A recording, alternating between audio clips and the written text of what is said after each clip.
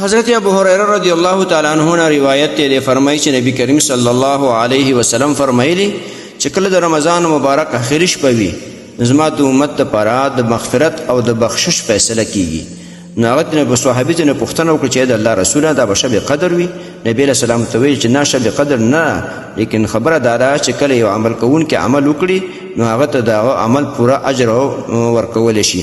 دې حدیث روایت مسند احمد کړی دی. محترم مسلمانانو، نو دې حدیث نه دا معلومه شوه چې محدثین فرمایي چې د رمضان مبارک په اخر شپه کې خاص مغفرت فیصله شپه وي ده. دا دغه شپه د مغفرت او د بخشش فیصله د هغو خلکو دپاره وي چې هغوی د رمضان مبارک عملی مطالبات په څه درجه کې پوره کړي وي او د هغې استحقاق یې په ځان کې پیدا کړی. نو الله جل شانو دې موږ تاسو ټولو کې موږ تاسو ټول ته دغه توفیق را نصیب کړي چې د رمضان مبارک چې کوم عملی مطالبات دي او کوم استحقاق دی په ځان کې پیدا کو.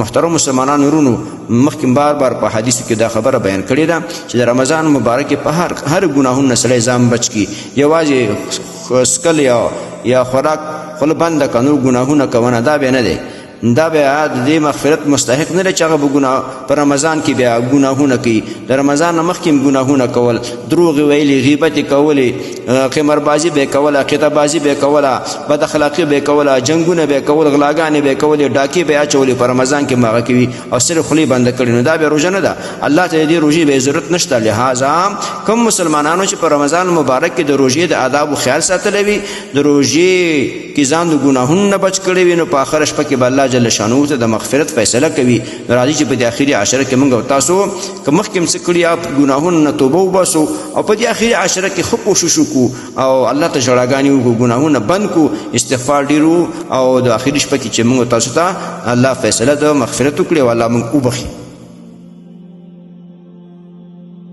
محترمو مسلمانانو ورونو، تاسو ته چې کوم روزانه د حدیث د مفهوم راځي نو د مهربانۍ او د ثواب له مخې نورو مسلمانانو ته لیږدوئ او شیر کوئ.